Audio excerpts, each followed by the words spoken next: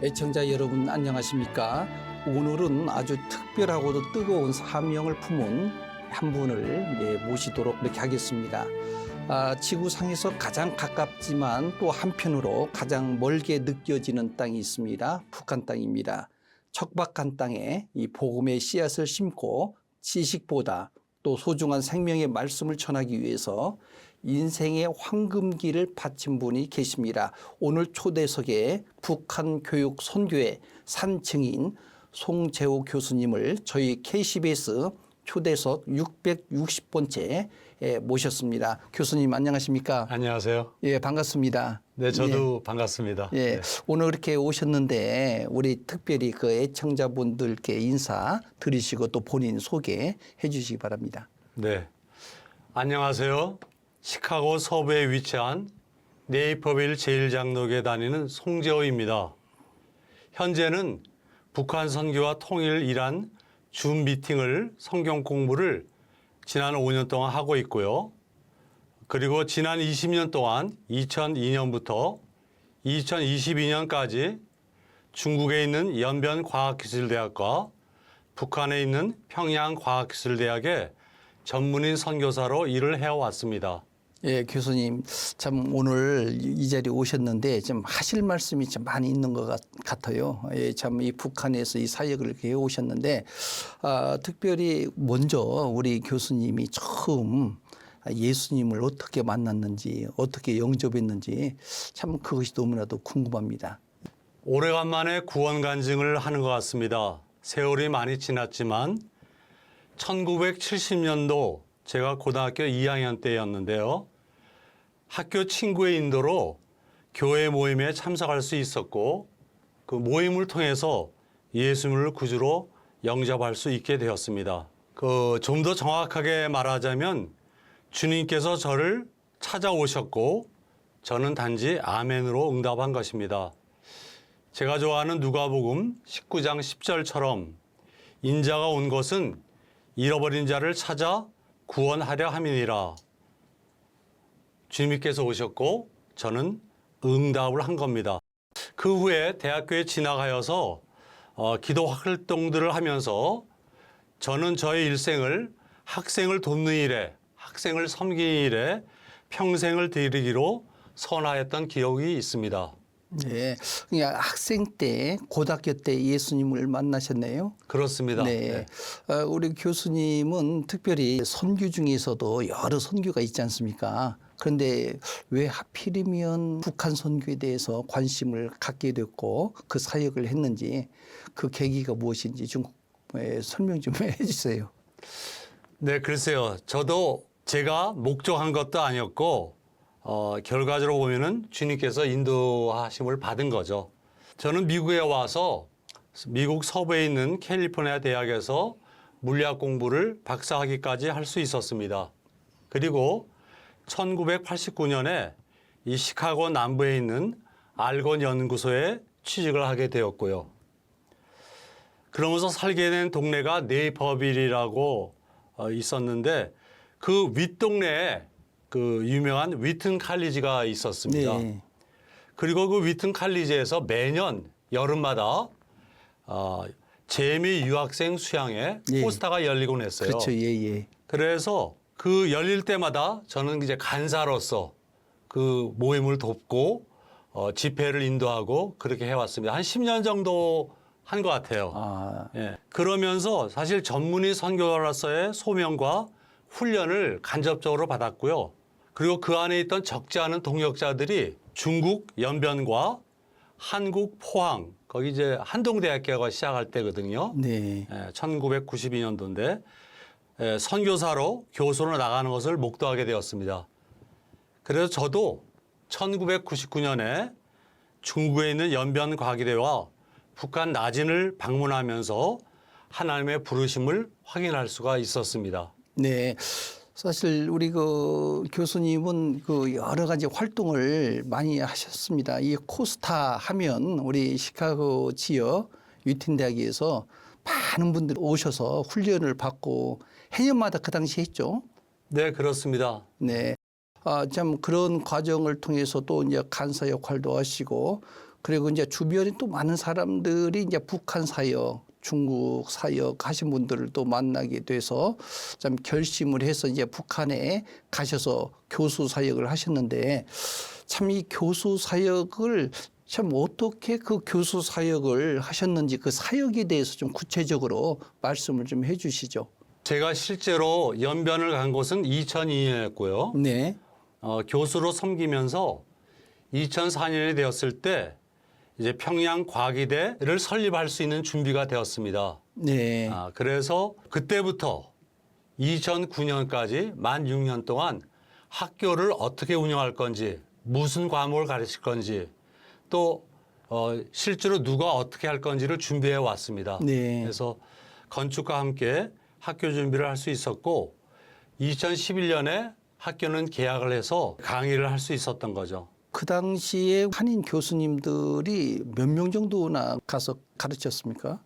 막상 2011년 학교가 시작되었을 때는 그 교수 요원의 자격이 있었습니다. 네. 북한에서 요구하는 거였죠. 네. 우선 학위가 박사여야 되고 네. 미국이나 외국에서 박사를 받았어야 됩니다. 네. 그리고 국적이 한국 사람이면 안 되고 네. 네. 미국 사람이나 이제 외국인은 됐던 거죠. 네. 그렇게 되다 보니까 막상 연변과기대에서 평양과기대로 가셨던 교수님들은 몇 명 되지 않았어요. 네. 한 10명 미만이었고 나머지 90명 정도가 이제 해외에서 네. 선교 기관에서 주로 파송한 그런 이제 외국인들로 모여졌습니다. 네. 한 몇 명 정도나 그 교수가 사역을 이렇게 그러니까 당시에 저희가 이제 학교에서 이제 교수로 일하는 사람들은 한 40명 정도 되고요. 네.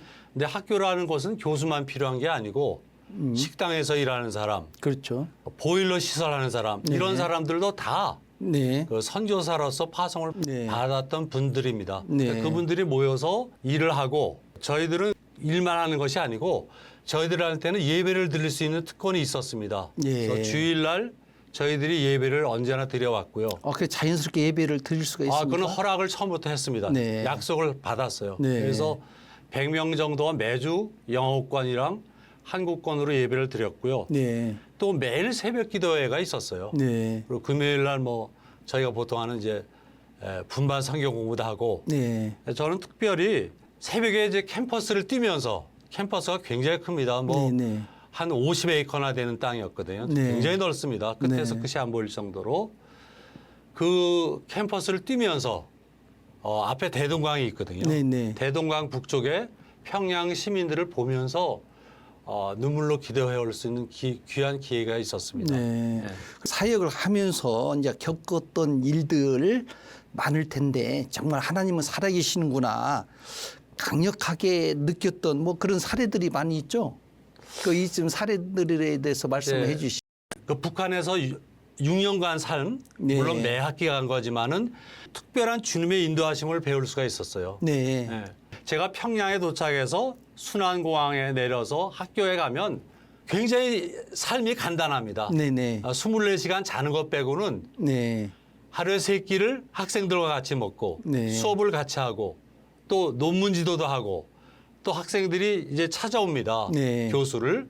물론 혼자 올 수는 없었고요. 2명 정도가 같이 오는데 와서 뭐 주로 전공과 하는 얘기도 하지만 또 그거 말고도 질문이 많습니다. 개인 상담도 합니까? 상담이라고 할 수는 없고요. 예. 그들이 알고 싶어 하는 게 있죠. 네네. 뭘 알고 싶어 할까요? 네.